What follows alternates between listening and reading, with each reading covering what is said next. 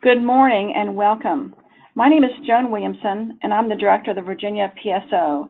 And on behalf of the Virginia Hospital and Healthcare Association, Center for Healthcare Excellence, and the Virginia PSO, we are pleased to host this special webinar during the National Patient Safety Awareness Week, although in Virginia hospitals, every day is Patient Safety Awareness Day. Before we get started, I want to go over a couple housekeeping items so that you'll know how today's event will progress. Slides will be sent out following the webinar to all the registrants, but you will see that the PDF of the slides is in your handout bar on the control panel on the right. The webinar is being recorded and will be posted on the VHHA Center for Healthcare Excellence website. We recommend listening by phone. We have found that that's more reliable than listening through your computer. To join over the phone, just select telephone in the audio panel and the dial-in information will be displayed. You will have opportunity during the webinar and at the end of the webinar to submit questions to today's presenters by typing your questions in the chat box, which you'll see on the control panel on the right. You may send your questions in at any time during the presentation. There will be a time during the presentation where the presenters will pause for questions and will also address questions at the end of today's presentation. One of the focuses of Patient Safety Awareness Week is culture of safety, and today's webinar fits that so well. The Trust Team, Carilion Clinic's coordinated and compassionate response to the needs of second victims. Our presenters today are Josh Clark and Neely Connor. Josh Clark is the Senior Quality Director and Patient Safety, Senior Director of Quality and Patient Safety for Carilion Medical Center and has been in the healthcare since 2001. He and his team strive to support high reliability in healthcare delivery by providing meaningful performance data to operations and leading innovative efforts to improve quality and safety in our community. Josh received his RN and MHA from the Jefferson College of Health Sciences and is a certified professional in healthcare quality and a certified professional in patient safety. Josh lives in his hometown of Roanoke with his amazing wife, Tommy, and their three super cool girls, Noah, Sadie, and Quinn. Neely is a graduate of Radford University and Virginia Commonwealth University and is a licensed clinical social worker, a licensed substance abuse treatment practitioner, and a certified employee assistance professional. She has been in the counseling field for 13 years. She has been with Carilion Employee Assistance for more than 3 years and is enjoying the variety of opportunities accompanying employee assistance as well as being a part of an amazing EAP team. Neely resides in Roanoke with her husband, Jeff, and daughter, Evie, who is 4 years old. And so without much else ado, I'd like to really introduce and turn the webinar over to our Carilion team. Josh and Neely. Thank you, Joan. I want to thank the VHHA for giving us the opportunity to share in what we think is a critical component of our safety culture. And it is a privilege to be bringing this to you all during Patient Safety Week. And I want to thank all of you for everything you're doing to promote safe and reliable care in our Virginia communities. So I will kick us off just giving a brief overview of Carilion Clinic. For those of you who may not be aware, we are a 7-hospital system. We have our flagship hospital in Roanoke. We have 5 community hospitals and our children's hospital. We have a fairly new medical school, have over 1,000 providers, and we are the largest employer west of Richmond in Virginia. So a significant footprint. I think one of the things that you'll hear us talk about today is how we really support this program throughout that footprint, as we have ambulatory sites from Harrisonburg to Tazewell, so all across Western Virginia. All right, I think we can move on. Start with objectives. So we'll briefly go over the concept of second victim. I'm somewhat going to assume that this is not completely new to most of you all, but we will kind of go over the second victim phenomenon, the definition. But we'll spend the majority of our time focused on how we operationalize our program, learning from some of the things that help the program become successful in its addition to some of the challenges that we have faced along the way. So I'll start by defining the term for you all, and there's multiple definitions available in the literature. This is the one that we felt was most straightforward and the one that we typically use when presenting to our providers and community. And it's fairly straightforward in that it's limited to those who were involved in an unanticipated adverse event or medical error, and that the second victim then becomes or feels personally responsible for the unexpected outcome. Now, we have expanded our definition of second victim mostly at the request of our providers. They wanted the program to support those who had been victims of aggression or violence from patients, folks who had experienced exposures or other things that could contribute to moral or emotional distress. And so we really did that to meet the needs of our customers, which is anyone who's providing care in our system, and that's been very well received. So starting with the second victim phenomenon, really the term first came about from Dr. Albert Wu in the early 2000s, and you can see one of the most impactful statements coming from his publication was that the sympathy and support that are needed for these folks are rarely forthcoming. And so we really view this as a critical component of our safety culture, in addition to just culture, in which we have continuous messaging that humans are fallible and that the majority of the time errors are related to systems and process issues, which I know you all are aware of. But it's extra meaningful to the staff because they really see us walking the walk when not only are we talking about just culture, but we're saying we want to support you through this, we want to help you heal emotionally, spiritually, physically, whatever it may take, and we want to restore your confidence so that you can come back to work and really get back to a high function that you were previous to the unexpected event. Now, I'll also say, before I move on to these examples, Dr. Patrice Weiss is our Chief Medical Officer and was really critical for us establishing this program early on with her support. She actually got to present this program to Johns Hopkins and realized that Dr. Wu was sitting in the audience. So that was a special treat for her to see Dr. Wu and how his publications that started this movement have grown into so many hospitals throughout the nation having second victim support functions. So I wanted to give two examples, and these are fairly well known to you all. This is Kim Hyatt. She's a pediatric intensive care unit nurse. She had been a nurse for over 27 years, was one of the best nurses there at a hospital in Washington, when she miscalculated a dose of calcium chloride and inadvertently gave a tenfold overdose to an 8-month-old pediatric patient. Unfortunately, took the life of that patient. And it's really the response of the organization and the board of nursing there that was, from our standpoint and how we support second victims, very inappropriate.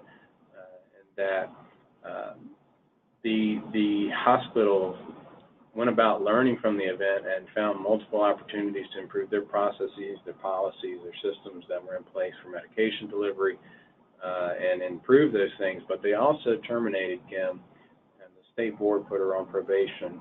And sadly, 6 months after the event, she took her own life.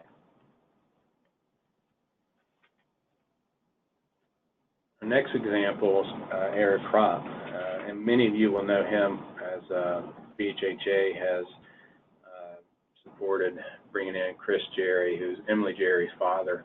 And Chris often now speaks with Eric about second victim support and safety culture. But Eric was the pharmacist that was overseeing a technician who made an error in a dilution for saline that ultimately took the life of Emily Jerry. And not only was Eric punished for that mistake by the hospital and by the pharmacy board, but he had criminal charges brought against him and spent some time in prison and 400 hours of community service and a significant settlement for the hospital as well. So those are obviously extreme cases,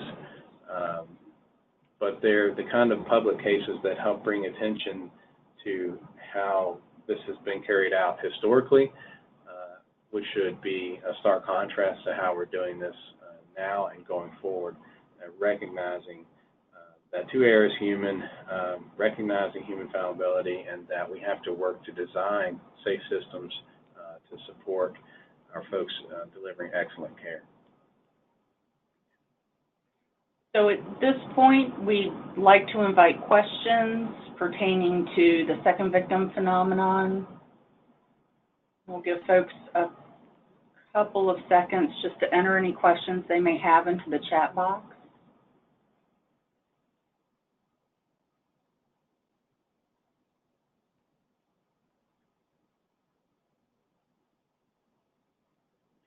Okay, and we're not seeing any questions coming through, so we'll just proceed. One of the key takeaways that we feel is important for anyone who's hoping to establish a program that's been critical for ours is understanding the second victim impact. You will see, as Neely talks about our program, that we are now doing a lot of referrals.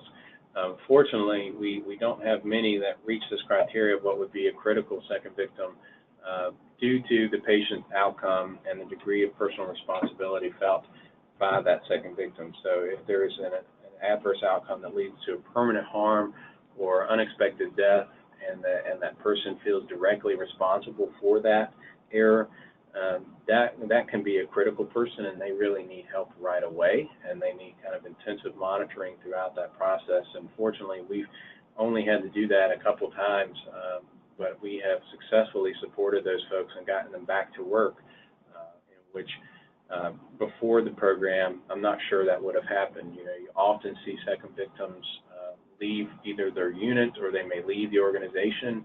In some cases, they may leave the profession, depending on the severity of the event and how much responsibility they take. But we are seeing that mitigated and seeing people not only return back to their units, but return at a high function and lead and be an advocate for our trust team. I'm going to turn it over to Neely, but I wanted to comment that our program first came about in 2012 when we started this conversation. I actually saw a small presentation on this at the National Patient Safety Foundation in Orlando that year. Was aware of the concept, but not aware of support programs.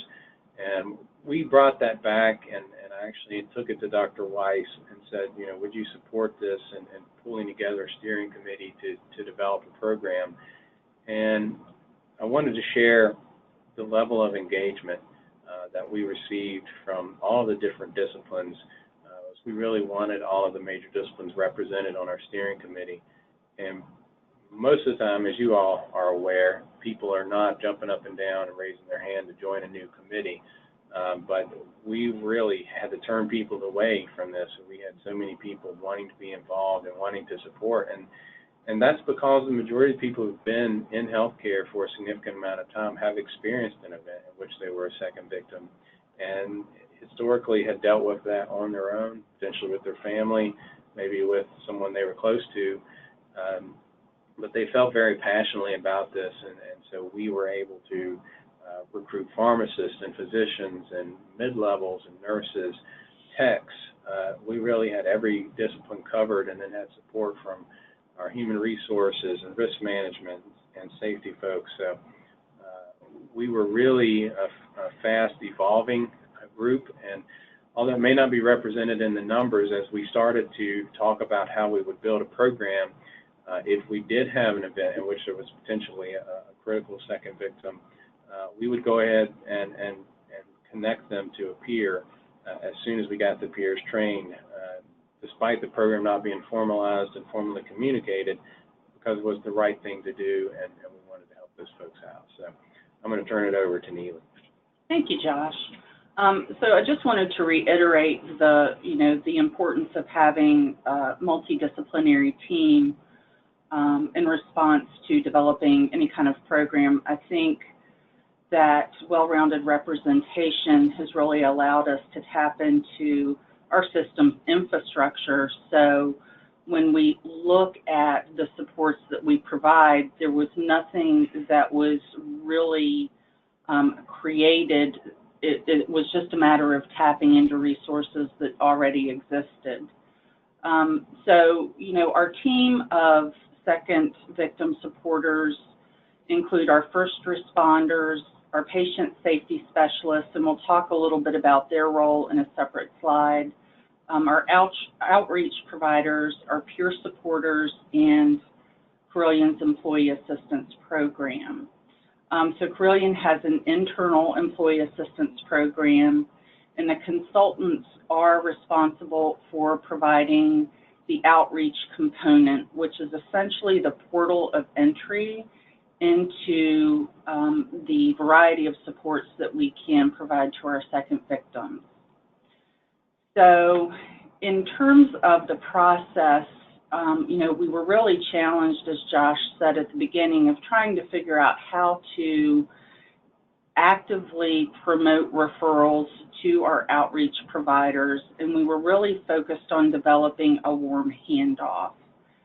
And when I talk about warm handoff, we wanted to take a very proactive approach to connecting with our second victims as opposed to just making a resource available to them.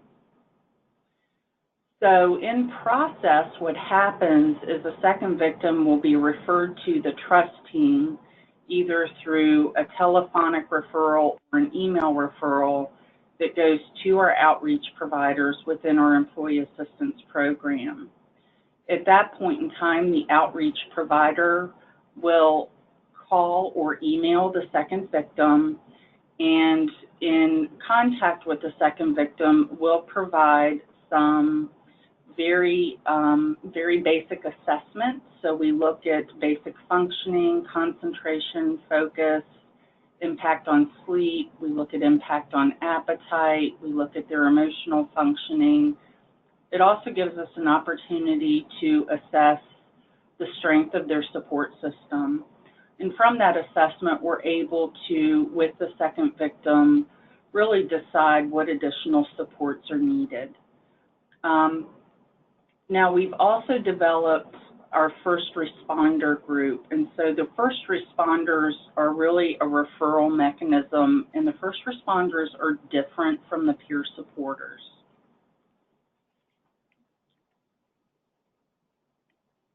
So here in this slide, what you will see is just kind of an outline of how our process works. And so there is a significant or sentinel patient event, and following that, hopefully very quickly following that event, a referral is triggered by email, fax, or phone call to the outreach provider. Now that referral can be triggered by our first responders or by our event reporting system.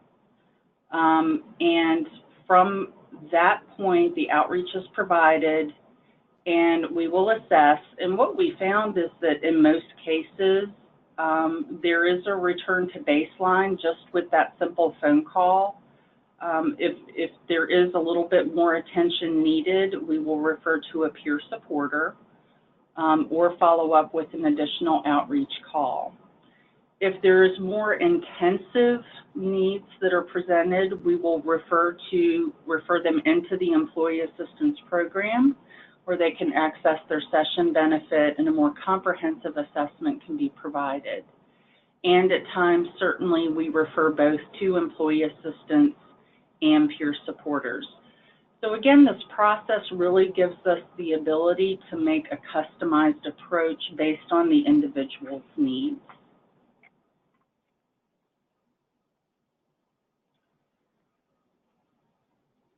So as I had mentioned, we have a first responder group, and at this point in time, we have an active group in our main facility here in Roanoke. And those first responders are our clinical administrators. So that group is on site at all times, and it made sense to equip them with an additional role to pay attention to the second victim, as they are typically responding to significant patient events as part of their role. So the first responder will provide some basic triage to the second victim, at which time, if they make a determination that there is concern about the second victim's ability to continue working, we'll connect with the unit director to make decisions about the second victim's safety, their ability to transport themselves home, as well as to address staffing needs.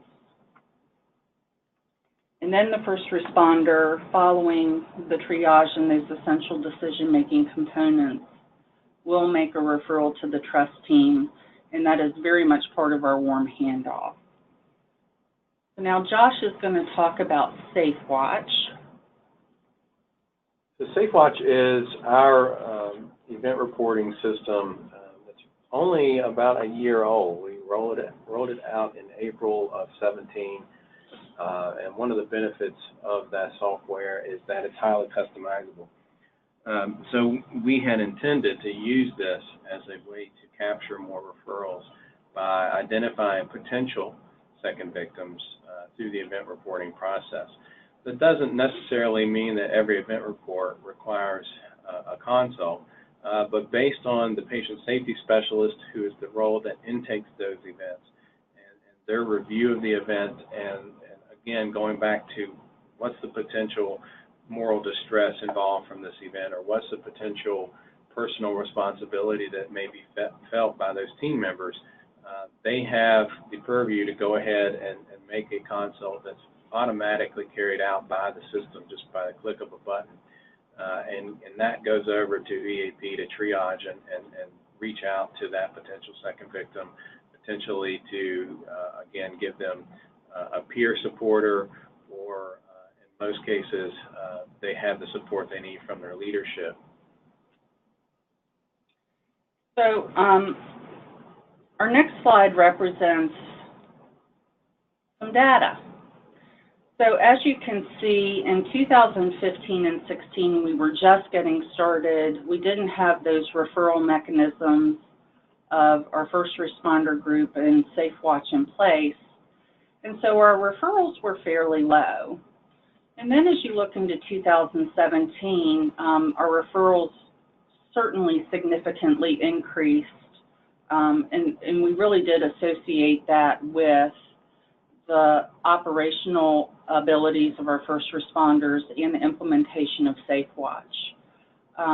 So just last week, we passed our 200 mark. So we have received 200 referrals, over 200 referrals since 2015. The bulk of those really coming in last year.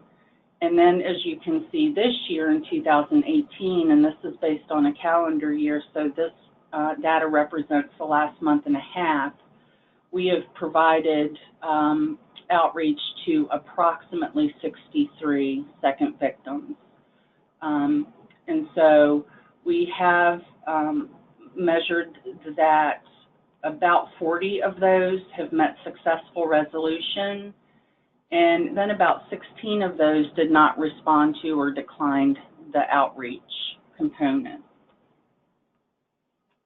So we're very excited to see this continue to grow, and I would imagine at the end of 2018, we certainly will have surpassed our numbers from 2017.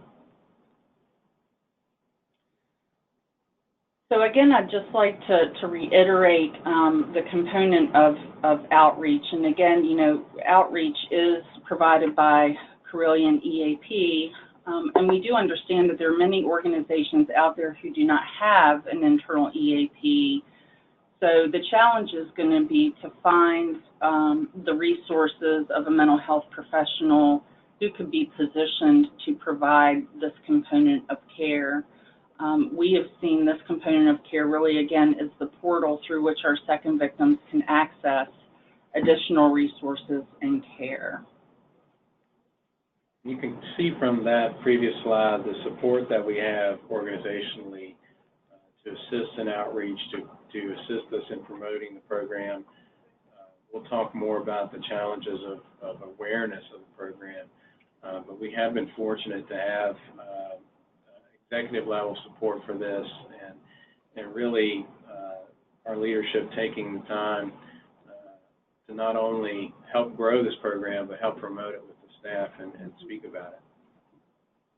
And the interesting thing is, you know, since 2015, we really have not had any kind of a budget, with the exception of some funding to provide supply of brochures. And on this particular slide, this is it's a trifold brochure, and so this is just kind of a print screen of what that brochure looks like.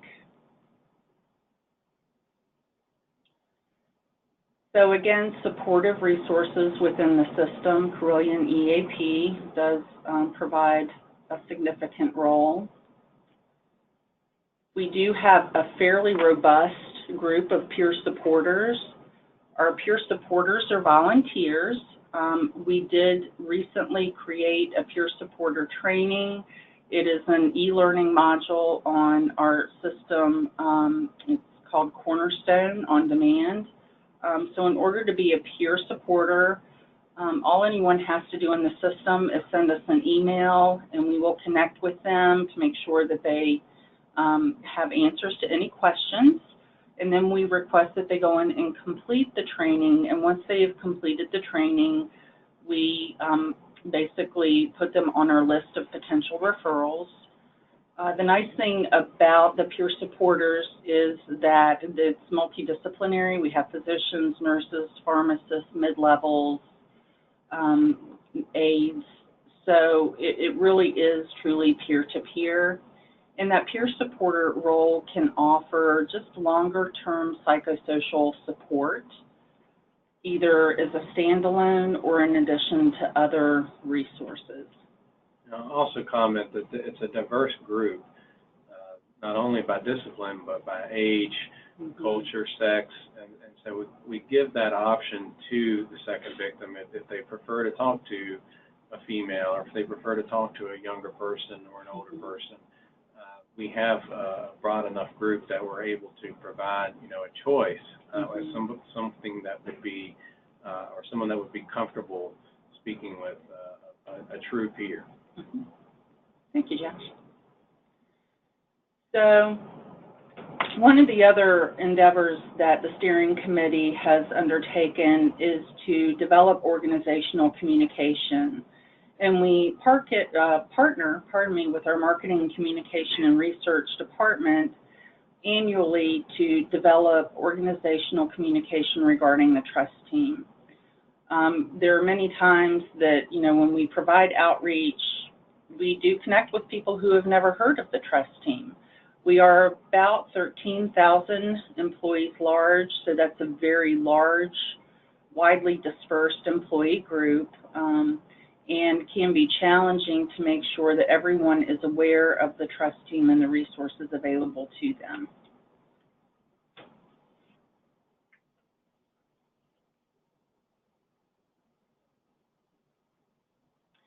So we are also working on developing other communication approaches in terms of magnets, brochures, pins, lapel pins, and we are really trying to take a very creative approach to get the trust team in front of everyone within the system. I'd just like to talk about some of our implementation challenges. And Josh is going to talk about our challenges in capturing appropriate referrals and consults. And you can see this was represented in the previous data. Until we really built a process to capture potentials, Before that, we were really reliant on a person recognizing a potential second victim and initiating the process themselves, and what was not exactly a well-defined process. And so that's the one piece of advice that we can give you in terms of capturing those referrals, is try to incorporate it into your event reporting system and design it so that it's easy for those who are intaking the events, and also easy for the people who are following up on the events to receive the appropriate information. Of course, it's also challenging when you're dealing with confidential data to kind of build that firewall between the event itself and the information needed to follow up with the second victim. We've been very thoughtful about how we did that, and have had no concerns, and have had that reviewed by our compliance, risk management, and really have done a good job of keeping those things separate, but giving the necessary information to the trust team that they can appropriately follow up. The awareness is an ongoing struggle. I think today, if I were to walk over into one of our units and ask a frontline nurse or ask a physician if they're aware of the trust team, I'm not exactly sure what that answer would be. Now, it's not for lack of trying. We have been to pretty much every forum we could to present and promote the program itself. In fact, what I feel that brings the most awareness to the program is when there is a significant event and the staff see that second victim being supported. That is significantly impactful to the staff, and they really appreciate that level of commitment from the organization. But it's a challenge, and again, going back to the size of our footprint in Virginia, all of our ambulatory sites, we have supported second victims from many hours away from Roanoke, and from all of our community hospitals as well. So it's even though we're doing that, and you see the volume of those numbers going up, it's still a challenge to get it down to the front line, which is where we really need it. We've done a better job at hitting the leadership, so the leadership understand if there is a potential event in their area, they at least know about the program and know how to initiate a consult if necessary. But it's just making sure that they understand that as leaders, they feel like they can support that second victim, but knowing that there's additional resources if the person requires additional support, and making that consult. So ours has really been a shotgun approach, which we have tried everything. I still think we have a ways to go, but it's a work in progress. Well, and I think our overall goal is to really create a means of enculturation for the trust team.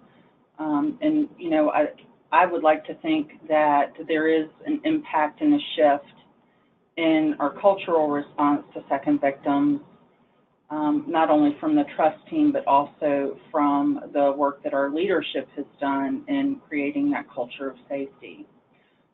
So one of the other implementation challenges that we have had and have addressed is ensuring that our peer supporters and first responders maintain competency.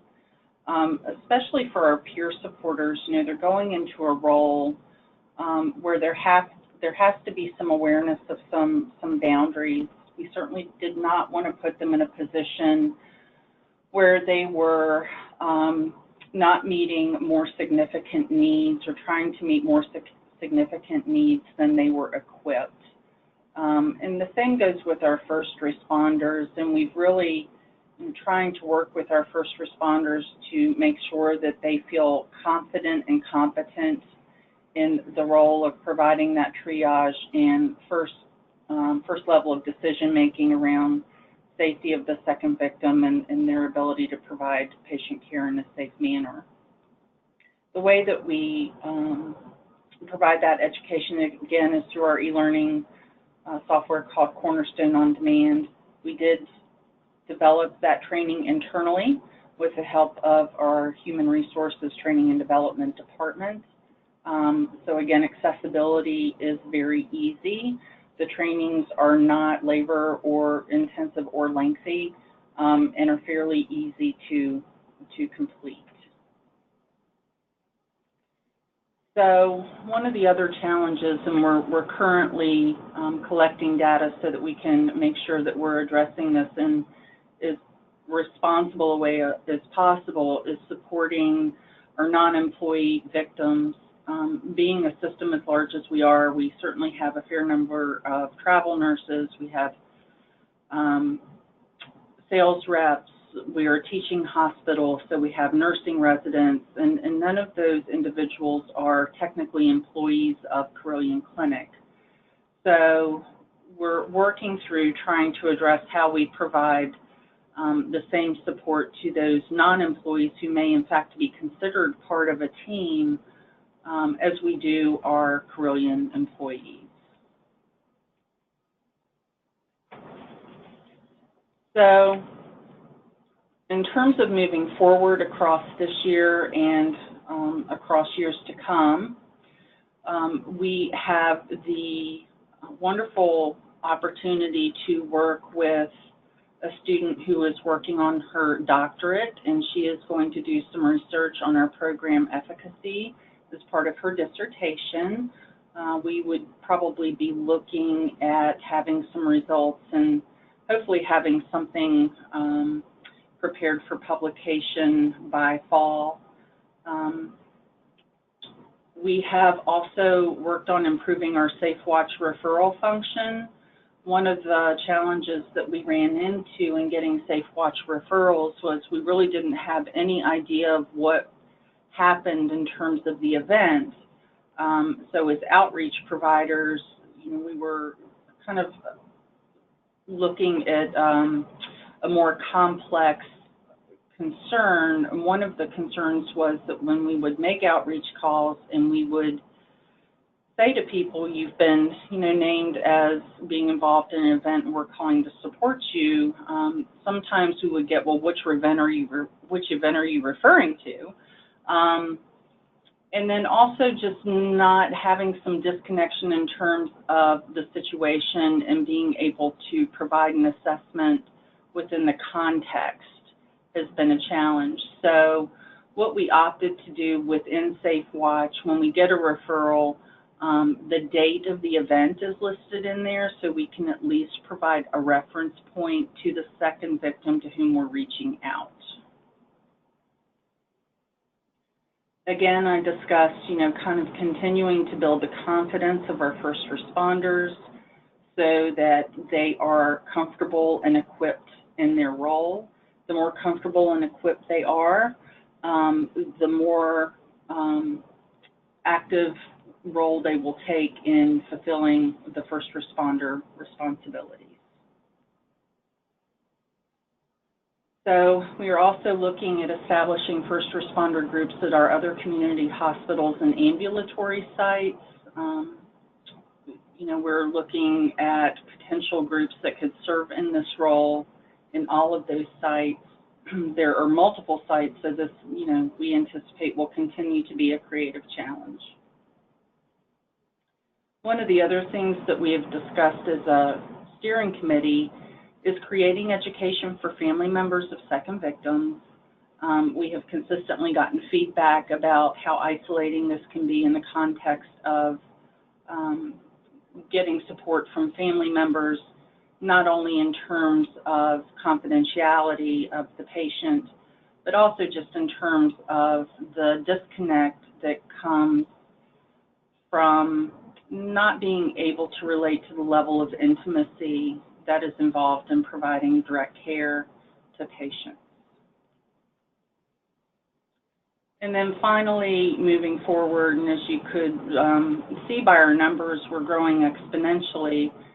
So we will begin aligning resources to accommodate increasing volumes, and we'll anticipate, developing some creative approaches to do that.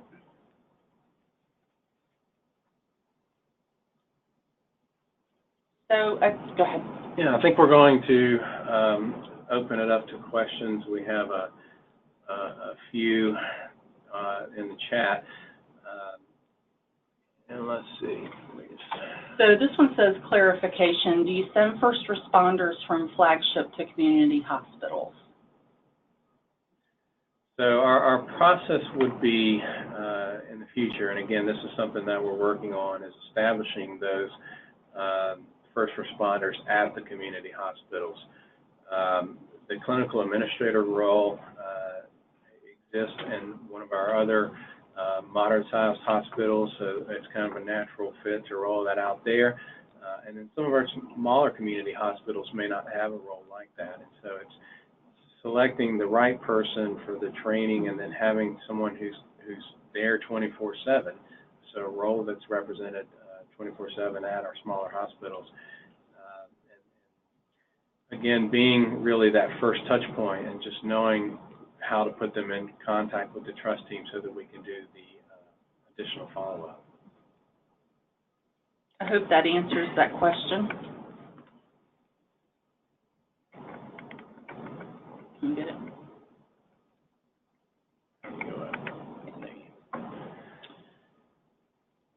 Our next question is, has the trust team been able to support providers? And actually, it'd be interesting to dive deep into our data, but especially initially on, we were supporting quite a bit of providers. We had multiple disciplines represented, from physicians and advanced care providers, for anesthesia, for surgery, for medicine, for family community medicine, and really being able to support them through not only what would be considered to be a medical error, but again, cases that may cause moral distress, or folks complaining about an unexpected outcome that maybe wasn't preventable harm.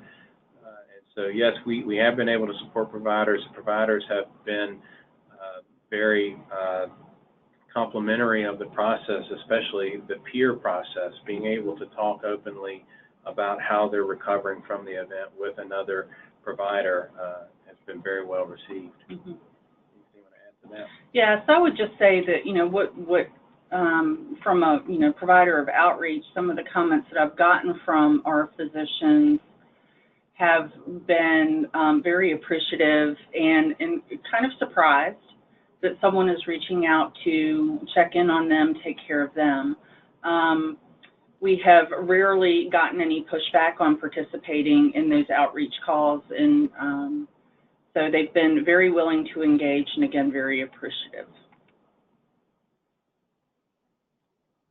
So this next question, has this impacted your staff retention rate? And while I can say that I don't know that we have any direct data to support that, kind of looking at some of the second victims that we've supported and knowing where they are now, as Josh said before, I think we have had impact. We have had a few folks who probably would have exited the profession as a result of a patient event had they not received the support, and are actually still working and moving in the direction of becoming an advocate for second victims and willing to speak on behalf of the trust team.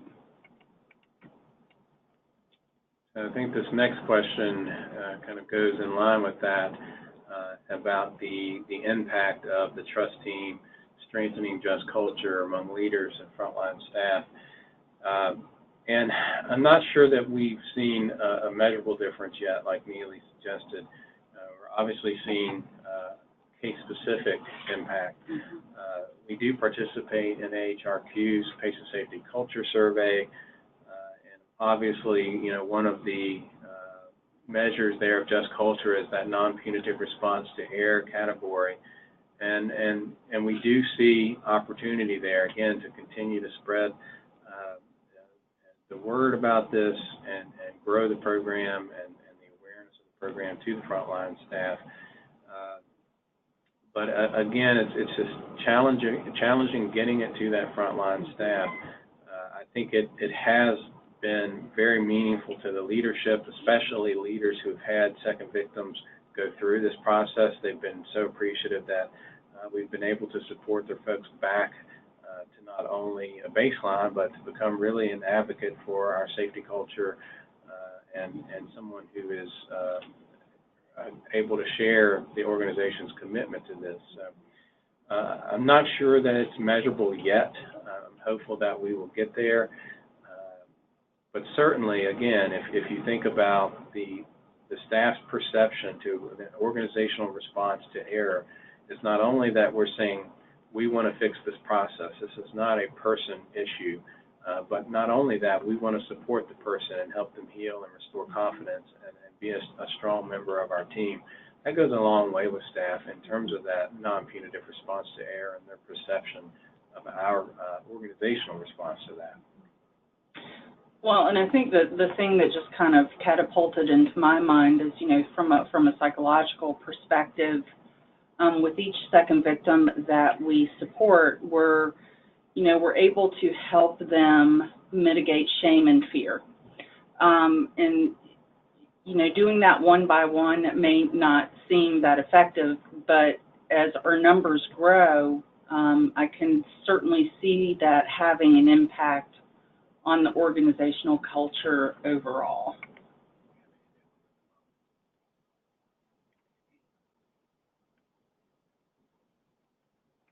All right, just making sure we got all the questions there. Any additional questions?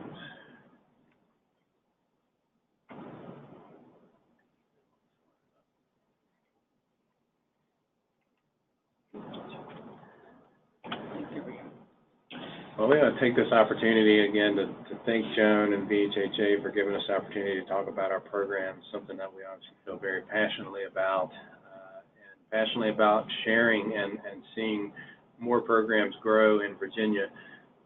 You have Neely and I's email there.